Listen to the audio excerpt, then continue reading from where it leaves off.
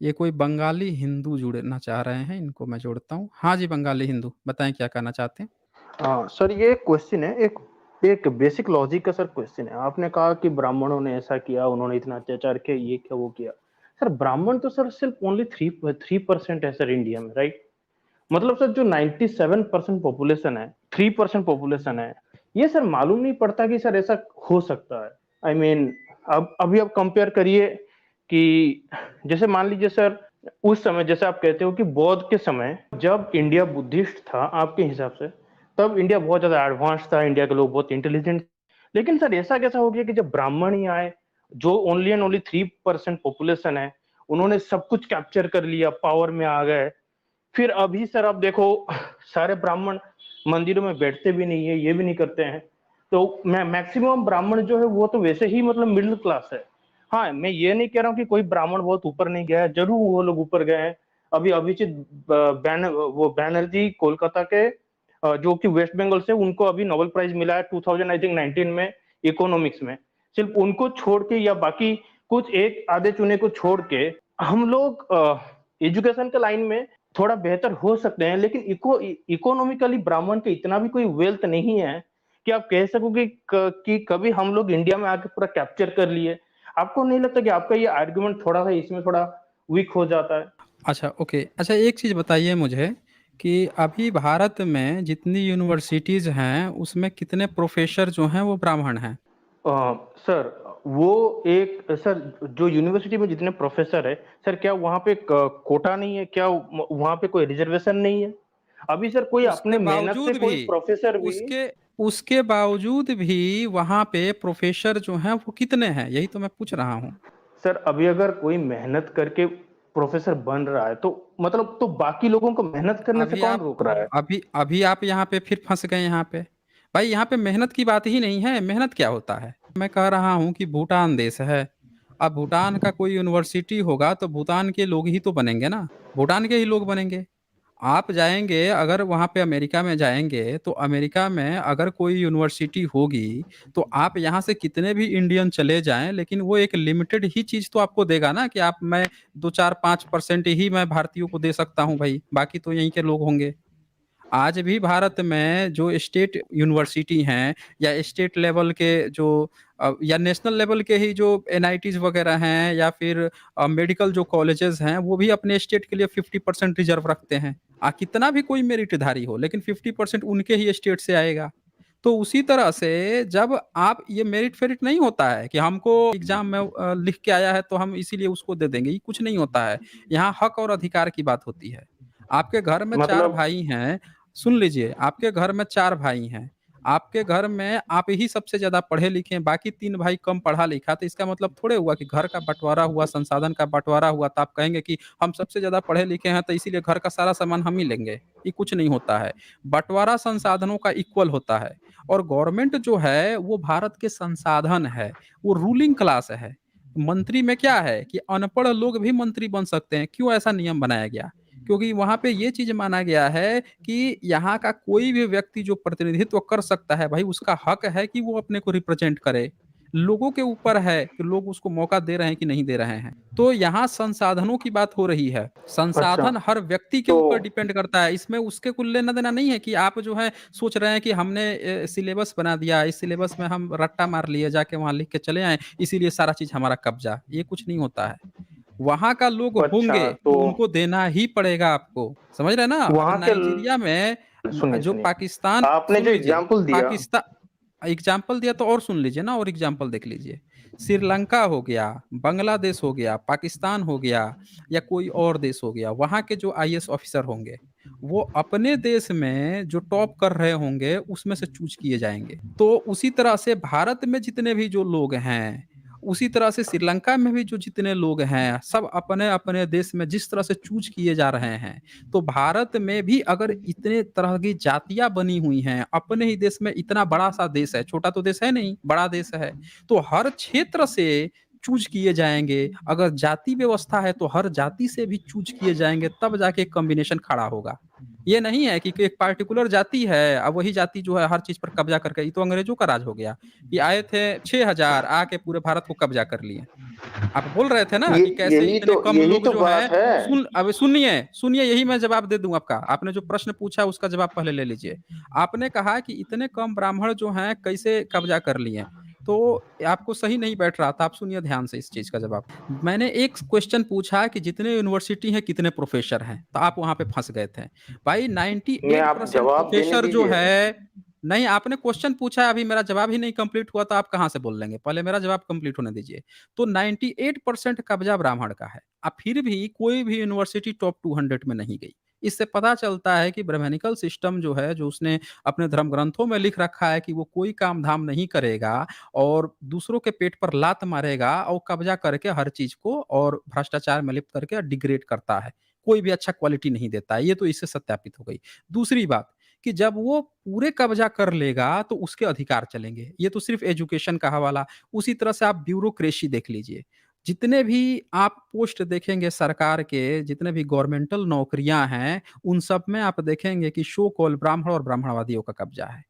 ये क्या करते हैं कि ब्राह्मण होगा तो वो दूसरे ब्राह्मण, दूसरे स्टेट के ब्राह्मण से उसका कनेक्शन होगा। रिश्तेदारी ब्राह्मण में करेगा तो हर जगह कनेक्शन होगा। उसको कोई काम कराना होगा तो जहाँ पे जाएगा वहां पे पोस्ट में ब्राह्मण बैठा होगा, एक फोन करेगा उसका काम तुरंत हो जाएगा। बाकी जातियां स्ट्रगल करती हैं, बाकी जातियों को धक्के खाने होते हैं, लेकिन ब्राह्मण का कनेक्शन अच्छा होता है क्योंकि हर पोस्ट पे ही ब्राह्मण बैठा हुआ है। ये बात गुलामगिरी में जो ज्योतिराव फूले जी जो हैं, उन्होंने गुलामगिरी में इस चीज को बहुत अच्छे से उल्लेख किया है। पीछे के जो चैप्टर है, 4-5 चैप्टर, उसमें बड़ा अच्छे से डिटेल्स में दिखाया है कि कोई व्यक्ति जब जाता है जज के पास तो जज भी ब्राह्मण, वकील भी ब्राह्मण, और वहां पे जो कोतवाल उतवाल होते हैं जो काम करते हैं वो भी ब्राह्मण। तो सब के सब ब्राह्मण, और जिसके खिलाफ गया है वो भी ब्राह्मण, वो सब आपस में मिलकर इसको परेशान कर देते हैं। तो आपका ये ब्राह्मण तंत्र है पूरा का पूरा। अंग्रेज जो थे वो, उनकी संख्या इतनी नहीं थी कि भारतीयों पर शासन कर सके, लेकिन उन्होंने जो मेन पॉइंट्स थे उस पर कब्जा जमा लिया। तो जो मेन पॉइंट पे कब्जा करता है तो वो आसानी से पूरे देश को कब्जा कर सकता है। तो उसी तरह से ब्राह्मण्स जो हैं, जो आप कह रहे थे ना कि इतना कम संख्या ब्राह्मण का है, 6 करोड़, ये कैसे कब्जा कर लिया? इसका कारण ये है कि सारे पोस्ट पे वो बैठा हुआ है, रूलिंग वो कर रहा है, हर चीज पे वो बैठा हुआ है, इसीलिए वो ऐसा कर पा रहा है। ये कारण है। और जो मिडिल क्लास की आप बात कर रहे थे, ये थे वो थे, तो अरे भाई सरकार जो है, 6 करोड़ सरकारी नौकरी थोड़े ही है। 6 करोड़ सरकारी नौकरी नहीं है कि हर पोस्ट पे वही बैठा रहेगा।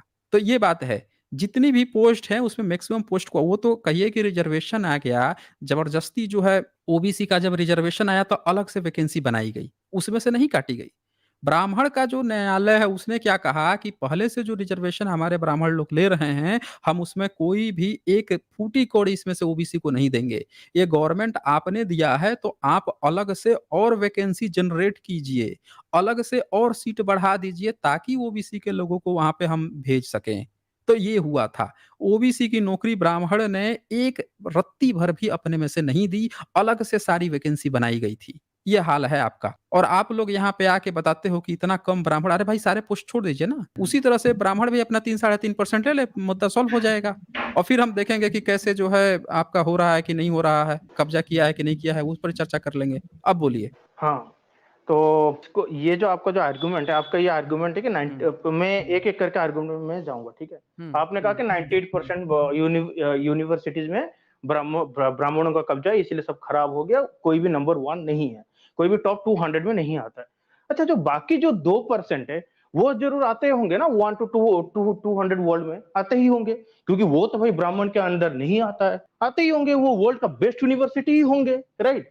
दूसरी बात ये है कि आपने कहा कि एक घर में 4 अगर भाई है, कोई अगर बहुत ज्यादा पढ़ा लिखा है तो ये मानना नहीं है कि उसको ज्यादा जमीन मिलेगी, जमीन उसके पापा की है, ठीक है।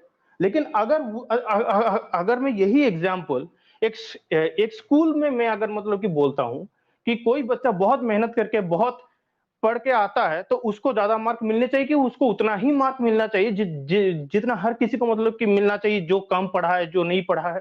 बात यह है कि मेहनत का अपना दाम होता है। हाँ, फिर आपका एक और वो जो आर्गुमेंट था, इंडिया इतना बड़ा है, बहुत सारे जातियां हैं, इसीलिए सबको वो अपॉर्चुनिटी देनी चाहिए। ठीक है भाई, कोई प्रॉब्लम नहीं है। लेकिन फिर आप कहते हो कि जातिवाद भी नहीं होनी चाहिए, जाति के हिसाब से फैसिलिटीज भी चाहिए लेकिन जातिवाद भी नहीं होनी चाहिए। ये तो दोनों एक साथ नहीं हो सकती है। या तो अगर अच्छा, आप जाति अच्छा। ले लो, नहीं नहीं, हुँ। बात बात कंप्लीट करने दीजिए जातिवाद ना। भी आप करेंगे? आप जातिवाद भी एक करेंगे? मिनट, आपका ही पॉइंट हुँ, मैं हुँ। मतलब बता रहा हूँ। आपने कहा कि नहीं, अब पूरे मेरा इंडिया पॉइंट में इतने हाँ। सारे, हुँ, हुँ। अरे देखो, सुन लिया, आपका पूरे तीनों आर्गुमेंट सुन लिया, अब उसमें कोई एक्सप्लेनेशन नहीं चाहिए, आप बात इस पर कंप्लीट कर देता हूँ। सबसे पहले तो आपने जो बात कही कि जो 2% होंगे वो टॉप में आते होंगे, आपने शायद मेरा पॉइंट सही से नहीं सुना था और इसी कारण से आप कन्फ्यूज़ हो गए थे, तो मैंने ये डेटा खोल दिया है, ये नेचर पत्रिका है और नेचर का जो रिसर्च पेपर है वो है, ये वर्ल्ड की टॉप में आती है, जो रिसर्च पेपर है। इसका ये डेटा है और ये लेटेस्ट डेटा है, इसमें दिखा है कि टॉप रैंक्ड आईआईटीज़ का उनका भी दिखाया गया है और नेशनल वाइज़ जो फिगर है वो भी दिखाया गया है। इसमें दिखाया गया है कि जो जनरल कैटेगरी है, तो उस जनरल कैटेगरी में इसने दिखाया है कि जो प्रोफ़ेसर का पोस्ट है, उस पे दिखाया है कि 100 और इसके नज़दीक 98 सबसे नीचे वाला आप देख लीजिए। 98% जो प्रोफ़ेसर का पोस्ट है, वो जनरल वर्ग से कब्ज़ा कर रखा है। जो सो कॉल्ड अपने को सबसे टॉपर मानते हैं कि हम जो है सबसे ज़्यादा वो हैं। तो किसी भी यूनिवर्सिटी में जब 98% प्रोफ़ेसर हो जाएगा, तो ये जो 2% बचा इसमें से ओबीसी, एससी, एसटी आएगा। अब एक किसी यूनिवर्सिटी में मान लेते हैं कि 10 सीट है, तो 10 सीट में से 98% यानी ऑलमोस्ट दसों सीट अगर ब्राह्मण कब्ज़ा कर लिया या फिर हम कह रहे हैं कि कहीं पे 100 सीट है, 100 में से सिर्फ़ 2 लोग जो हैं एससी, एसटी या ओबीसी के तीनों में से सिर्फ़ 2 लोग आएँगे या 98% कब्ज़ा है, तो वो यूनिवर्सिटी कैसे टॉप में जाएगी? आप मेरी बात को समझ नहीं पाए थे, आप कह रहे हैं कि वो 2% तो जानी अरे वो कैसे जाएगी? वो तो उस यूनिवर्सिटी के अंदर है ना। उस पूरे यूनिवर्सिटी में यहाँ पे पूरा मैंने लिस्ट यहाँ पे लगा दिया है कि और ये मैं उन कॉलेजेस की बात कर रहा हूँ, यूनिवर्सिटीज़ की बात कर रहा हूँ, जो टॉप रैंक्ड आईआईटीज़ की हैं। नेशनल वाइड फिगर है, ये मैंने दिखाया है यहाँ पे। ये देख सकते हैं सबसे नीचे वाला लाइन जो है, ये जनरल का दिखाया गया है कि कैसे ये 100 के करीब यहाँ पे प्रोफ़ेसर कब्ज़ा किया है। वहीं दलित लिखा हुआ है, एससी, एसटी को इसने दलित लिखा है और इसमें दिखाया है कि जो प्रोफ़ेसर सबसे जो नीचे वाला जो आंकड़ा है, ये सिर्फ़ यहाँ पे आप देख सकते हैं साफ-साफ 1% है। 3 दिखा है ना, 1% से भी कम है, पॉइंट में है ये। ये यहाँ पे आप डेटा साफ-साफ देख सकते हैं। आदिवासी, दलित, ओबीसी। ओबीसी में प्रोफ़ेसर जो है ये देख लीजिए, बिल्कुल गायब-सा है। तो ये आंकड़ा है, इतना कब्ज़ा करने के बाद से आप लोगों ने कोई देश को क्वालिटी नहीं दिया है। और आप क्या कह रहे हैं कि आप जो है जाति के नाम पर आपको रिज़र्वेशन भी चाहिए और आपको जो है जातिवाद भी नहीं चाहिए। अरे भाई, जाति के नाम पर इसलिए चाहिए क्योंकि यहाँ पे जो बीमारी आपने जातिवाद आपने फैलाया ना। मनुस्मृति जा में आपने पूरे जातियों का नाम लिखा है। एक-एक जाति कैसे पैदा हुई वो भी आपने पैदा किया है, उसका भी आपने सबूत दिया है। पूरे मनुस्मृति चैप्टर 10 में आपने लिखा है कि कौन-सी जाति कैसे पैदा हुई और पैदा करने में भी आप ही ये जो सो कॉल्ड जनरल जिसको आप बोलते हैं सो कॉल्ड अपर कास्ट, जिसको आप द्विज बोलते हैं, जिसको आप कहते हैं कि सवर्णा जिसको कहते हैं, इन लोगों ने कैसे पैदा की है? ये आप लोगों ने जातियाँ पैदा की हैं और पैदा करने के बाद से जातिवाद कौन करता है? आप लोग करते हो। आज तक एक एससी, एसटी, ओबीसी आपके यहाँ नहीं गया कि ब्राह्मण की बहू-बेटी को उठा के लेके जाना है। किसी ने नहीं किया। किसी ने नहीं कहा, किसी एससी, एसटी, ओबीसी ने नहीं कहा कि ब्राह्मणों के घर की जो महिलाएँ हैं, उनका भाई जो है हम उनको कमर से ऊपर कपड़ा नहीं पहनने देंगे। लेकिन आपका टी जो माधव था वहाँ का, केरल का, उसने ये पैगाम फैलाया था। उसने क्या किया वहाँ पे ये नियम बना दिया था कि कोई भी महिला जो है वो कपड़े नहीं पहनेगी। ये देख लीजिए मैं आपको दिखा देता हूँ ये, इसका भी सबूत दिखा देता हूँ। नहीं, ये सबूत की आपका ज़रूरत नहीं है। 18 वो तो 1858 1858 ज़रा एक बार पढ़िए ये हाँ, क्या लिखा हुआ है? हाँ, 1858 बता बता रहा हूँ। प सुनिए पहले तो नहीं एक आप बार मुझे पढ़िए कंप्लीट तो एक बार। किया नहीं। सुनिए, नहीं सुनिए, मेरी कंप्लीट बात तो सुनिए, कंप्लीट कर ठीक है रहे ना? हैं ना? ठीक है। कंप्लीट तो नहीं कर वो दिया। अरे कंप्लीट कर दिया। आप एक बार इसको पढ़िए ना वो ताकि कंप्लीट हो जाए कि आप लोगों ने किया क्या है समाज के लिए। आप लोग किसी भी भारत का एससी, एसटी वर्ग जिसका आपने ये सारा चीज़ छीन तो रखा ही रखा है छीनने के बाद से आप क्या जातिवाद करते हो? यहाँ पे लिखा है 1858 पढ़िए ना ये क्या लिखा हुआ है? काहे नहीं पढ़ रहे हैं? आप लोग महिलाओं को 1858 ब्रेस्ट अच्छा, अच्छा, अच्छा, अच्छा। हाँ, तो पढ़िए। अच्छा, अच्छा। अभिजीत बैनर्जी ने वो नोबेल प्राइज़ वो जीते हैं वो जो टू एक टू 2019 में। अरे भाई, एक बार इसको पढ़िए, पहले ये पॉइंट क्लियर होने दीजिए, फिर आगे की बात करेंगे ना हम। पहले ये वाला मुद्दा क्लियर कर दीजिए। आप ब्राह्मण बोल रहे थे ना कि जातिवाद नहीं चाहिए, आपका ये जातिवाद चाहिए समाज को। आप कह रहे हो, आप मैंने जो है आपका किसी पॉइंट को मैं को काउंटर कर रहा था मैं। तो आप काउंटर तो पूरी बाद में बात सुनोगे कीजिएगा, नहीं, पहले जब नहीं आप फँस काउंटर आप फँस रहे हैं प्रॉब्लम यहाँ पे। होता है। आप जो है अगर मेरी बात नहीं सुनेंगे, जो डिबेट चल रहा है उसको नहीं सुनेंगे तो फिर यहाँ पे टिक नहीं पाएँगे। ऐसा थोड़ा ही होता है कि आप अब जाके 99 कौन-सा नोबेल प्राइज़ की यहाँ बात चल रही है। जो मुद्दा चल रहा है उसी पर बात होगी। आपने कहा कि आपको जातिवाद भी नहीं चाहिए। जाति के आधार पर रिजर्वेशन चाहिए, जातिवाद हमको जातिवाद क्यों चाहिए भई? हम वो जातिवाद जो आपने यहाँ पे लिखा है कि महिलाओं को ये देखिए ये दीवान ऑफ ट्रावणकोर ये ब्राह्मण था टी माधवराव, मराठी ब्राह्मण था। Forbids law caste women from covering their breast in the public. बताइए ये महिलाओं को जो ब्रेस्ट कमर से ऊपर कपड़े पहनने वहाँ पे नहीं दे ये सब नियम पारित किया हुआ था। 1812-13 से ये सारी चीज़ें जो हैं उस समय ईसाई जो आए थे उन्होंने कहा कि ईसाई बन जाओ तब हम पहनने देंगे, वो सब लड़ रहे थे। तो ये चीज़ें यहाँ पे चल रही हैं और ये बोल रहा है कि जातिवाद आपको नहीं चाहिए, हाय! ऐसा जातिवाद चाहिए। शर्म तक नहीं आती, एक ब्राह्मण को शर्म नहीं आती है कि आके वो ये बात को स्वीकार कर सके कि भाई आप जो है कैसे महिलाओं को ब्रेस्ट और कौन-सी महिलाओं को? किसी एससी, एसटी, ओबीसी ने ब्राह्मण की महिलाओं को कहा है? ये बंगाली हिंदू बोलेगा यहाँ पे? बंगाली हिंदू बन के आए हैं, ये ब्राह्मण है बेसिकली। ये बंदा ब्राह्मण है और ये आके इनको बचाना है, लेकिन ये पॉइंट पर डिबेट नहीं करेंगे। जैसे मुद्दे की बात आएगी, अब इनको नोबेल प्राइज़ पर हम बात करें। नोबेल प्राइज़ यहाँ बँट रहा है। यहाँ लोगों को कपड़े नहीं पहनने का हक दे रहे हैं, इसके लिए लोगों ने फाइट किया है। पानी नहीं पीने दे रहे हैं, इसके लिए लोग फाइट कर रहे हैं। कि नोबेल प्राइज़ पर हम बात कर लें। सारे प्रोफ़ेसर के जो पोस्ट हैं, इस पर कब्ज़ा करके ये बैठे हैं, पूरे हर जगह कब्ज़ा करके ये बैठे हैं, आके रो रहे हैं कि भई इनका ब्राह्मण जो है कैसे देश को गुलाम बना रहा था। सारे जगह छोड़ो ना, देखो फिर पता चलता है कि कौन गुलाम बना लिया। अंग्रेज़ जो है पूरे देश पर कब्ज़ा कैसे किया था? हर चीज़ को कैप्चर कर लिया था। तो ये पूरे देश को कैप्चर करके बैठे हैं, रो रहे हैं, कैसे कैप्चर कर लें? इनको समझ में ही नहीं आ रहा है। नहीं समझ में आएगा, इतना जल्दी नहीं समझ में आएगा। अब रखिए अपने पॉइंट को बंगाली हिंदू, क्या आपको समझ में नहीं आ रहा है? हाँ, वही पे वही चीज़ आपने रिपीट किया। मैंने आपको ये बोला कि वही आपने चीज़ एक नहीं पॉइंट किया। बोला कि इंडिया में देखो, देखो, हुँ, देखो, देखो कंप्लीट कंप्लीट हुँ, करने दो। आपने आप कहा कि करें, इंडिया में कंप्लीट करें। इतना बड़ा इंडिया हाँ, कर रहा हूँ। हुँ, इतना बड़ा इंडिया है, इंडिया में सारी जातियों को जैसे हुँ, आपने एग्ज़ाम्पल दिया एक घर का बहुत सारे मतलब कि 4 में से अगर कोई ज़्यादा पढ़ा लिखा है, उसको भी वो इक्वल हक है, ये सब।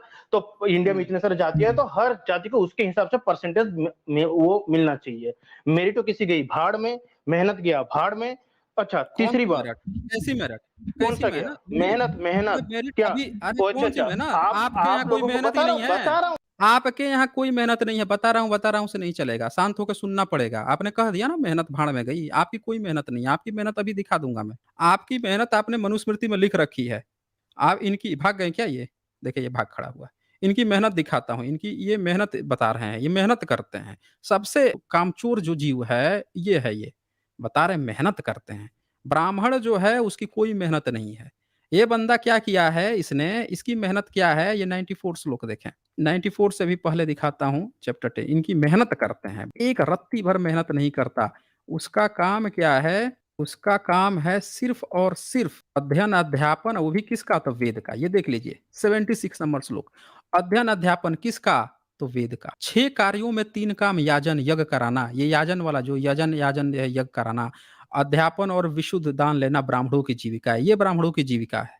समझ रहे हैं? याजन अध्यापन किस चीज़ का? तो वेद का। विशुद्ध दान लेना इनकी जीविका है। ये मेहनत करते हैं, इनकी मेहनत भाड़ में जा रही है। कहानी गढ़ने चले हैं, ये मेहनत कर रहे हैं। अरे जो व्यक्ति न कभी फील्ड पे नहीं काम किया, बताइए डीआरडीओ संस्था जो है, एचएएल भारत में जो एरोनॉटिक्स का जो डिपार्टमेंट है या उसके लिए जो भी कंपनियाँ काम करती हैं या भेल हो गया, गेलसेल जितने भी हो गए, जितने भी भारत के नवरत्ना कंपनियाँ हैं, आप बता लीजिए इसमें सब में मेहनत का काम है। और ब्राह्मण जो है अपने धर्म ग्रंथ में लिखा है कि वो कोई भी मेहनत का काम नहीं करेगा, सिर्फ दान लेगा वो अध्यापन करेगा, पैसा भी नहीं लेना है क्योंकि वो वेद पढ़ा रहा है, वेद पढ़ाने का कोई पैसा नहीं लेगा, लेगा तो उसको नीच कास्ट बना देगा, ये भी लिखा है उसने, कि जो वेतन लेकर पढ़ाता है वो नीच जाति हो जाता है, समझ रहे हैं ना? तो वो वेतन भी नहीं लेगा और ये बंदे जो हैं हर काम जाके आज भेल गेल-सेल में सब में कब्ज़ा किए हुए हैं। जब देश गुलाम था तो बढ़ई का काम कौन करता था बताइए तो? तीर धनुष कौन बनाता था? तलवार कौन बनाता? ब्राह्मण एक बार भी बनाया? एक भी ब्राह्मण ने बनाया? नहीं बनाया। भाग काहे गए ये? देखिए बंदा भी भाग गया। एक भी नहीं बनाया। जब नहीं बनाया तो आज जब देश हथियार बना रहा है, डीआरडीओ जो हथियार बना रहा है, वहाँ जाके देखिए सारा ब्राह्मण बैठा है। हर पोस्ट पे जाके ब्राह्मण काहे भैया? जब देश गुलाम था तब तो तुम नीच कर्म बता रहे थे, आज काहे? क्योंकि पैसा मिल रहा है। तो ब्राह्मण का काम है जहाँ पैसा मिल रहा हो वहाँ पे जाके बैठ जाओ। ये नौटंकी हम लोगों को पढ़ा रहे हैं। हर उस पोस्ट पे इनको देना चाहिए था। ये मेरिट की बात कर रहा है, उस समय मेरिट थी। अभी पूछ दीजिएगा कि भाई तुम बढ़ई को और उनको काहे नीच बोले थे? बढ़ई वाला काम, तुम काहे नहीं करते थे बढ़ई वाला काम? तो कहेगा कि भाई वो नीचे जाती है, उनका काम है, उनको दे दिया गया है, हम ये थोड़े करेंगे। तो जब वो नहीं करेंगे तो आज तुम काहे वहाँ पे जाके बैठ गया है? ये सारा काम मिलना जब मेरिट था, जो हथियार बनाते थे, तो हथियार बनने का काम सारे बढ़ई और लोहारों को देना चाहिए था। वो जाके डीओडो में बैठते, पोस्ट पे बैठते। तू काहे बैठा है वहाँ पे? ये भेल-घेल जितना भी मशीन का लोहा ल जितना काम है सब के सब उन जातियों को देना चाहिए था जो बना रहे थे, जिनको तुम नीच बना रहा था। पूरे मनुस्मृति में लिखा है कि ब्राह्मण एक कोई काम वाला काम नहीं करेगा। मेहनत वाला एक काम ये आज मेहनत बता रहा है, मेहनत का काम करता है। कोई मेहनत का काम नहीं है, बैठ के सारा चीज़ कब्ज़ा करके बैठे हैं, कहानी गढ़ने चले हैं यहाँ पे। दूध बेचने वाला नीच हो गया, आई बैठ के वेद का पोड़ रहे हैं तो ऊँचा जाते हो गए। यहाँ पे राहुल माली जो हैं वो लिखते हैं, ब्राह्मण साथियों, खुद को ब्राह्मण सबसे ऊपर कहना बंद करो। कास्ट सेंसस का समर्थन करो, आपका विरोध नहीं करेंगे बल्कि आपको लोग ही हमें सिस्टम में आने नहीं देते।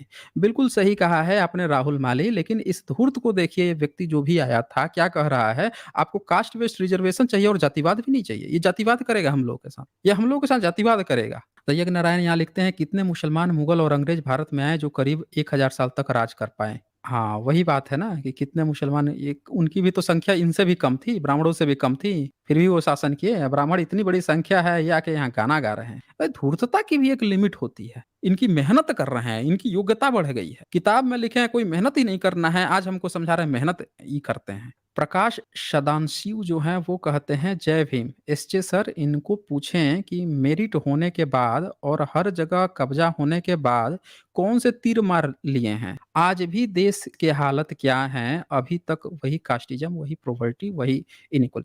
तो वही तो मैं बोल रहा हूँ, आप पूरा ग्लोबल इंडेक्स उठा लीजिए, हंगर इंडेक्स उठा लीजिए, हैप्पीनेस इंडेक्स उठा लीजिए, मीडिया में सारा भरे पड़े हैं ब्राह्मण। आप मीडिया का इंडेक्स उठा लीजिए, हर इंडेक्स को इन्होंने नीचे से टॉप करा दिया है। जहाँ होगा वहाँ पे ये पूरी तरह से चाटुकारिता में लीन होगा, जैसे अकबर की चाटुकारिता करके उसको अपना इन्होंने शंकराचार्य के गोत्र का बना लिया, उस तरह से हर जगह चाटुकारिता और उस चीज़ को डुबा देगा। और मेरिट का ये गाना बता रहे हैं, मेहनत करके पढ़ रहे हैं और दूसरों को बिना मेहनत के मिल रहा है। हज़ार साल से ही पढ़ते आए हैं। बाकी लोग जो हैं 70-75 साल में, कुछ लोग तो अभी स्कूल में गए हैं तो उनसे इनको मेरिट चाहिए।